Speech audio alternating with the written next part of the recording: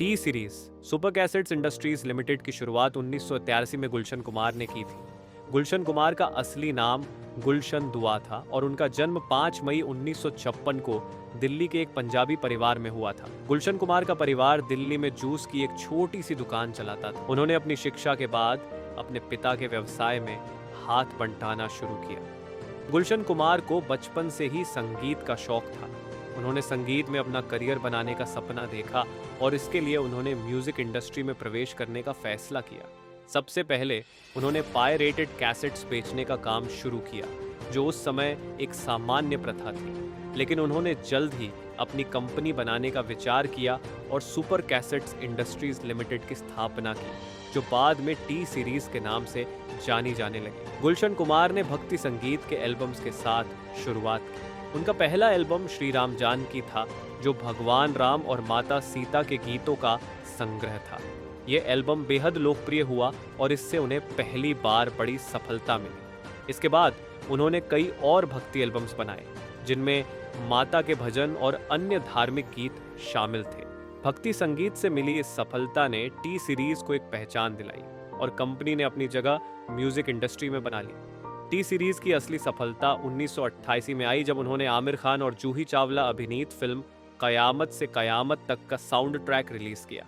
इस फिल्म के गाने जैसे पापा कहते हैं, अकेले हैं तो क्या गम है और गजब का है दिन ने लाखों दिलों को छू लिया और एल्बम की बिक्री ने रिकॉर्ड तोड़ दिए। इसके बाद टी सीरीज ने लगातार बॉलीवुड फिल्मों के संगीत के अधिकार खरीदने शुरू किए और कई हिट फिल्मी गाने रिलीज किए, जो आम जनता के बीच बेहद लोकप्रिय हुए। 1990 के दशक में टी सीरीज म्यूजिक इंडस्ट्री में एक प्रमुख नाम बन गया था, लेकिन 12 अगस्त 1977 को गुलशन कुमार की हत्या हो गई। उन पर एक मंदिर के बाहर गोली चलाई गई थी। इस घटना ने पूरे देश को हिलाकर रख दिया। हत्या के पीछे माफिया का हाथ माना गया और इस केस ने म्यूजिक इंडस्ट्री में माफिया की दखलंदाजी को उजागर किया। गुलशन कुमार की हत्या के बाद उनके बेटे भूषण कुमार ने टी सीरीज का कार्यभार संभाला। भूषण कुमार ने अपने पिता की विरासत को न केवल संभाला, बल्कि इसे नई ऊंचाइयों तक पहुंचाया। उन्होंने नए कलाकारों को मौका दिया और डिजिटल युग में टी सीरीज को एक मजबूत ब्रांड के रूप में स्थापित किया। टी सीरीज ने न केवल संगीत बल्कि फिल्म प्रोडक्शन में भी कदम रखा। कंपनी ने कई हिट फिल्में प्रोड्यूस की, जैसे आशिकी 2, भूल भुलैया, सोनू के टीटू की स्वीटी आदि। टी सीरीज ने डिजिटल युग में भी अपनी पकड़ बनाए रखी। 2011 में टी सीरीज ने अपना यूट्यूब चैनल लॉन्च किया, जो जल्द ही दुनिया के सबसे बड़े यूट्यूब चैनलों में से एक बन गया। 2019 में टी सीरीज का यूट्यूब चैनल सब्सक्राइबर संख्या के मामले में दुनिया का सबसे बड़ा चैनल बन गया।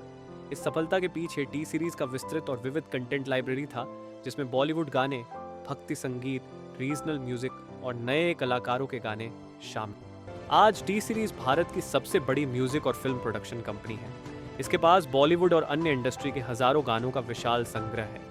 टी सीरीज का यूट्यूब चैनल अरबों सब्सक्राइबर और व्यूज के साथ दुनिया का सबसे बड़ा चैनल बना हुआ है। टी सीरीज की यह कहानी एक साधारण परिवार से आने वाले व्यक्ति की कड़ी मेहनत, लगन और दूरदर्शिता की मिसाल है, जिसने भारत और दुनिया भर में म्यूजिक इंडस्ट्री में क्रांति ला दी।